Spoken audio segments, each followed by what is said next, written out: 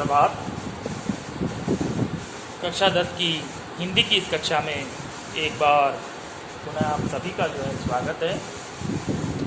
पिछली वीडियोस में हम तुलसीदास के पद संख्या 4 तक जो है कर चुके हैं। आज का जो हमारा प्रकरण है वो है तुलसीदास का ही पद संख्या 5।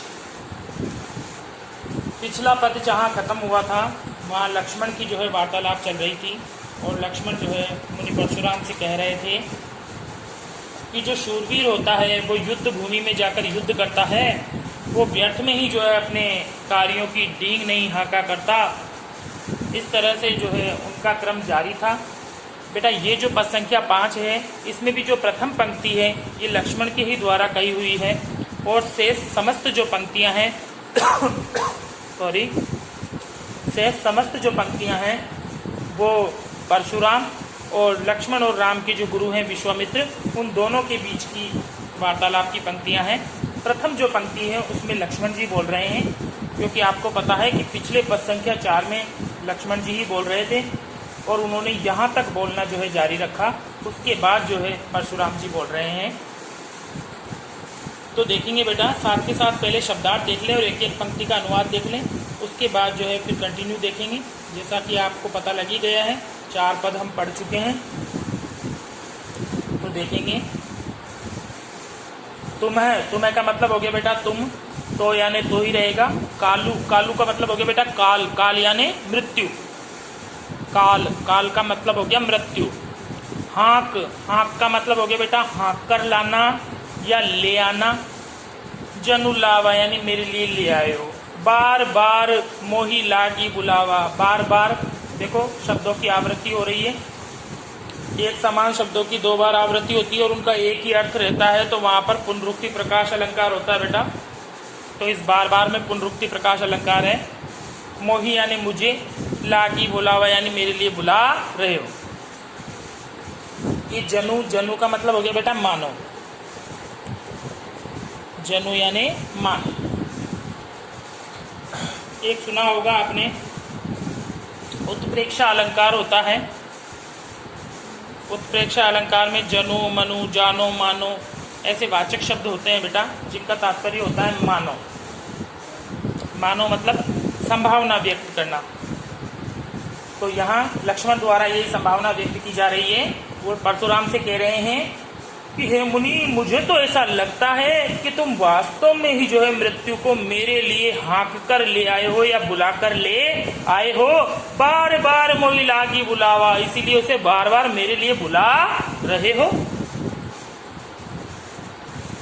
लक्ष्मण जी कह रहे हैं परशुराम से कि मुनि, मुझे ऐसा लगता है, आप बार बार कह रहे हो ना फरसे से काट दूंगा, ऐसे कर दूंगा, ये कर दूंगा, तो मुझे ऐसा लग रहा है मुनि कि आप वास्तव में जो है मृत्यु को मेरे लिए हाँक कर ले आए हो और इसीलिए बार बार जो है उसे मेरे लिए बुलाने के लिए लगे हुए हो। दूसरी पंक्ति देखेंगे बेटा। सुनत यानी सुनकर, लखन यानी लक्ष्मण, वचन यानी बोली, वाणी, कठोरा यानी कठोर।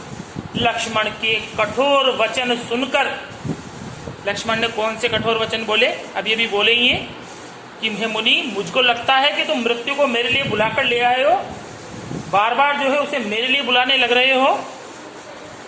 तो ये लक्ष्मण के कठोर वचन सुनकर परसु सुधारी धरेव कर घोरा। परसु यानी फरसा, सुधारी यानी अच्छे से संवार कर, धरेव यानी धारण कर लिया, कर यानी हाथ में, घोरा यानी भयंकर। तो मुनि परशुराम ने लक्ष्मण को मारने के लिए अपना फरसा जो है हाथ में धारण कर लिया। सुनत लखन के वचन कठोरा, परसु सुधारी धरेव कर घोरा, यानी कि लक्ष्मण के कठोर वचन सुनकर के मुनि परशुराम ने अपना फरसा सीधा हाथ में धारण कर लिया और कहने लग रहे बेटा, क्या कह रहे हैं? अब आपका मतलब अभी रहेगा जनी यानी मत। ये जनी 2-3 बार आ चुका बेटा। दे यानी देना, दोषु यानी दोष, मोही यानी मुझे और लोगु यानी लोग। अब कोई भी लोग मुझे जो है इस बालक का वध करने पर दोष मत देना। यानी अब मैं इसको मारूंगा और कोई भी जो है मुझे दोष मत देना। क्यों?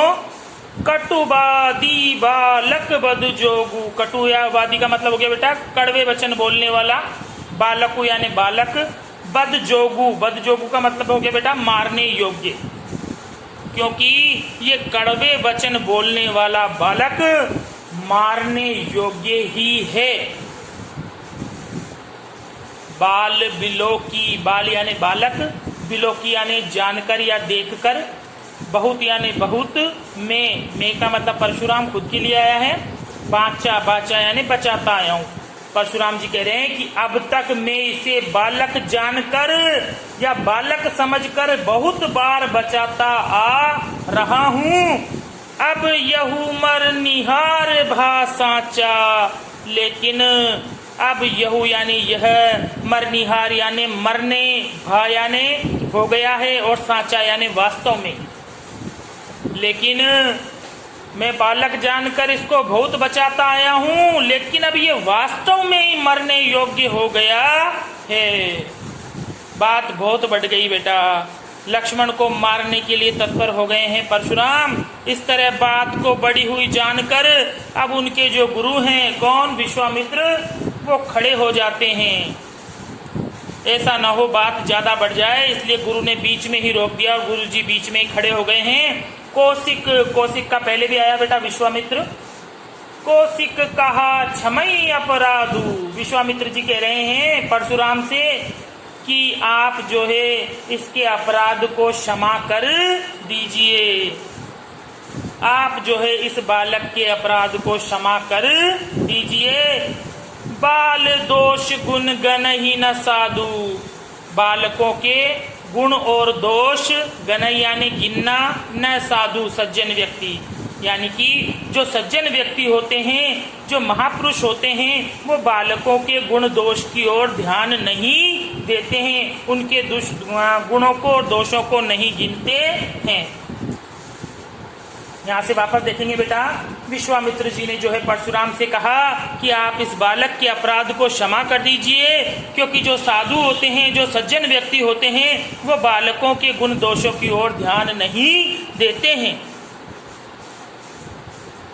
पुनः जो है परशुराम बोलना प्रारंभ करते हैं। खर यानी बेटा पेना या धारदार, जिसमें बहुत धार होती है, ऐसा हथियार। कुठार यानी वही फरसा, यानी मेरे हाथ में धारदार फरसा है, पेना फरसा है। मैं अकुरन का मतलब हो गया बेटा करुणा रहित, जिसको दया नहीं आती। कोही यानी क्रोधी।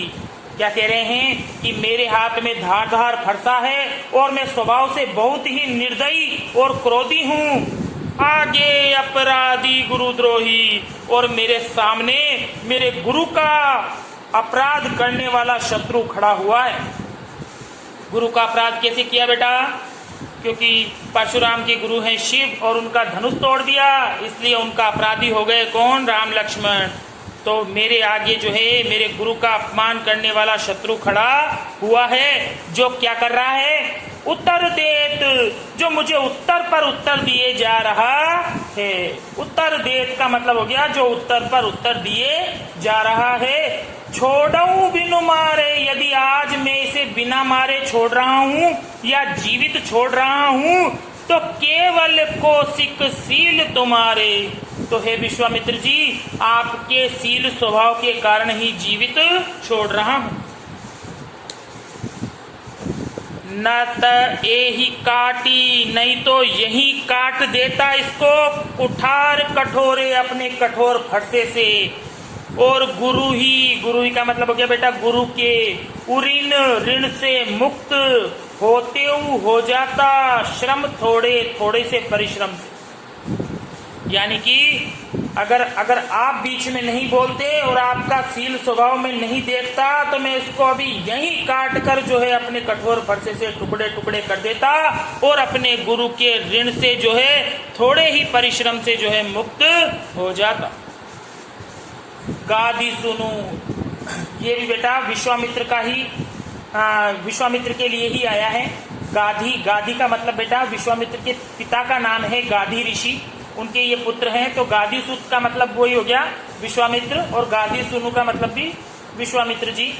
तो विश्वामित्र कह हृदय हंसी, जो राम और लक्ष्मण के गुरुजी हैं विश्वामित्र जी, वो मन ही मन हंस रहे हैं। बाहर से तो हंस नहीं सकते बेटा, अगर बाहर से हंस जाए तो उनके ऊपर भी भड़क जाए वो परशुराम। तो मन ही मन हंस रहे हैं वो, और क्या कह रहे हैं, मुनि ही यानी मुनि को हरी हराई सूझ, हराई हरा सूझ रहा है। हराई हरा सूझने का क्या मतलब हो गया बेटा, जैसे कहावत है बेटा, सावन के अंधे को हराई हरा सूझता है। तो सावन में जो व्यक्ति अंधा हो जाता है वो क्या देखकर जाता है, चारों ओर हरियाली देखकर जाता है, तो उसके लिए 12 महीनों वही हरियाली उसे दिखाई देती। उसी प्रकार यहाँ मुनि परशुराम हैं, उनको भी हराई हरा सूझ रहा है। मतलब इसका तात्पर्य ये हुआ बेटा कि मुनि परशुराम ने बहुत से क्षत्रियों को जो है मार दिया है, तो वो इनको भी जो है वही सोच रहे हैं कि इनको भी मार दूंगा, यानी इनको भी हराई हरा सूझ रहा है। अय मैं खांड न ऊख में, आगे जो है विश्वामित्र जी कह रहे हैं कि ये जो राम और लक्ष्मण हैं ये ऊख में यानी गन्ने से बनी हुई खांड नहीं है, अयमय है यानी कि लोहे से बनी हुई खांड है। खांड का मतलब होता है बेटा शक्कर, यानी कि इन्हें आसानी से जो है हराया नहीं जा सकता। अजहु न बूझ अबूझ, अजहु यानी जान, बूझ यानी जानना, और अबूझ यानी अनजान बनना। अजहु यानी अभी तक, जो मुनि परशुराम हैं वो अभी तक जानबूझकर भी जो है अज्ञानी बने हुए हैं। वो समझ ही नहीं पा रहे हैं कि जो राम और लक्ष्मण जो सामने बैठे हुए हैं ये कोई साधारण क्षत्रिय नहीं है, बल्कि स्वयं एक अवतार हैं। इन पर पार पाना बहुत टेढ़ी खीर है। एक बार ऊपर से नीचे तक पुनः देख लेंगे बेटा। तुम तो काल हाक जनुलावा, बार बार मोहि लागी बोलावा। लक्ष्मण जो है परशुराम से कह रहे हैं कि हे मुनि परशुराम, हमें तो ऐसा लगता है कि आप जो है मृत्यु को ही साक्षात हमारे लिए बुलाकर ले आए हैं, और इसीलिए उसे बार बार जो है मेरे लिए बुलाने का प्रयास कर रहे हैं। सुनत लखन के बचन कठोरा, परस सुधारी धरेव कर घोरा। लक्ष्मण के ऐसे कठोर वचन सुन करके मुनि परशुराम ने अपना फरसा जो है सीधा हाथ में धारण कर लिया। अब जनिदेई दोष मोहि लोगू, कटुबादी बालक बद जोगू, यानी अब लोग जो है मुझे इस बालक को मारने पर दोष मत देना, क्योंकि ये कड़वे वचन बोलने वाला बालक वास्तव में मारने योग्य ही। बाल बिलो की बहुत में बाचा, अब यहू मरनी भार बा साचा। मैं इसको बालक जानकर, बच्चा समझकर अब तक बहुत बार बचाता आ रहा हूँ, लेकिन अब ये वास्तव में ही जो है मारने योग्य हो गया। बात को इतनी बड़ी हुई देख करके जो मुनि विश्वामित्र हैं वो बीच में खड़े हो जाते हैं और परशुराम से कहने लगते हैं, कौशिक कहा क्षमय अपराधु। विश्वामित्र जी कह रहे हैं कि आप जो है इस बालक के अपराधों को क्षमा कर दीजिए, क्योंकि बाल दोष गुण गण ही न साधु। क्योंकि जो सज्जन व्यक्ति होते हैं, जो साधु व्यक्ति होते हैं, वो बालकों के गुण दोषों की ओर ध्यान नहीं देते हैं। मुनि परशुराम पुनः जो है बोलना प्रारंभ करते हैं, खर कुठार में अकुरन को ही, आगे अपराधी गुरुद्रोही। यानी मेरे हाथ में धार धार फरसा है, और मैं बहुत ही निर्दयी और स्वभाव से क्रोधी हूँ, और मेरे आगे मेरे गुरु का अपमान करने वाला अपराधी खड़ा हुआ है। उत्तर देत, जो मुझे उत्तर पर उत्तर दिए जा रहा है, छोड़ो बिनु मारे। यदि आज मैं इसे जीवित छोड़ रहा हूँ तो केवल कौशिक सील तुम्हारे। तो हे विश्वामित्र, तुम्हारे सील स्वभाव के कारण ही जीवित छोड़ रहा हूँ। न त एहि काटी कुठार कठोरे, गुरु ही उरिन होते श्रम थोरे। नहीं तो अभी इस कठोर फरसे से इसको काट कर, इसके टुकड़े करके, और अपने गुरु के ऋण से थोड़े ही परिश्रम से जो है मुक्त हो जाता। गादि सुनु कह हृदय हसी, मुनि ही हरि हरई सूझ। विश्वामित्र जी जो हैं वो मन ही मन हंस रहे हैं, और मन में सोच रहे हैं कि मुनि परशुराम को तो हरा ही हरा सूझ रहा है। यानी वो इन राम लक्ष्मण को भी उन साधारण क्षत्रियों की भांति समझ रहे हैं जिनको इन्होंने मार गिराया था। लेकिन ये जान ले कि आए मैं खांड न ऊख में, ये लोहे की बनी हुई खांड है, कोई गन्ने के रस की बनी हुई खांड नहीं है जो इन पर आसानी से पार पाया जा सके। अजहु न बूझ अबूझ, पुनि जानबूझकर जो है अज्ञानी बने हुए हैं, राम लक्ष्मण को साधारण क्षत्रिय समझने की भूल कर रहे हैं। ये था बेटा तुलसीदास का पद संख्या 5। इसकी जो व्याख्या है वो आपको पीडीएफ के माध्यम से मिल जाएगी। तब तक के लिए धन्यवाद।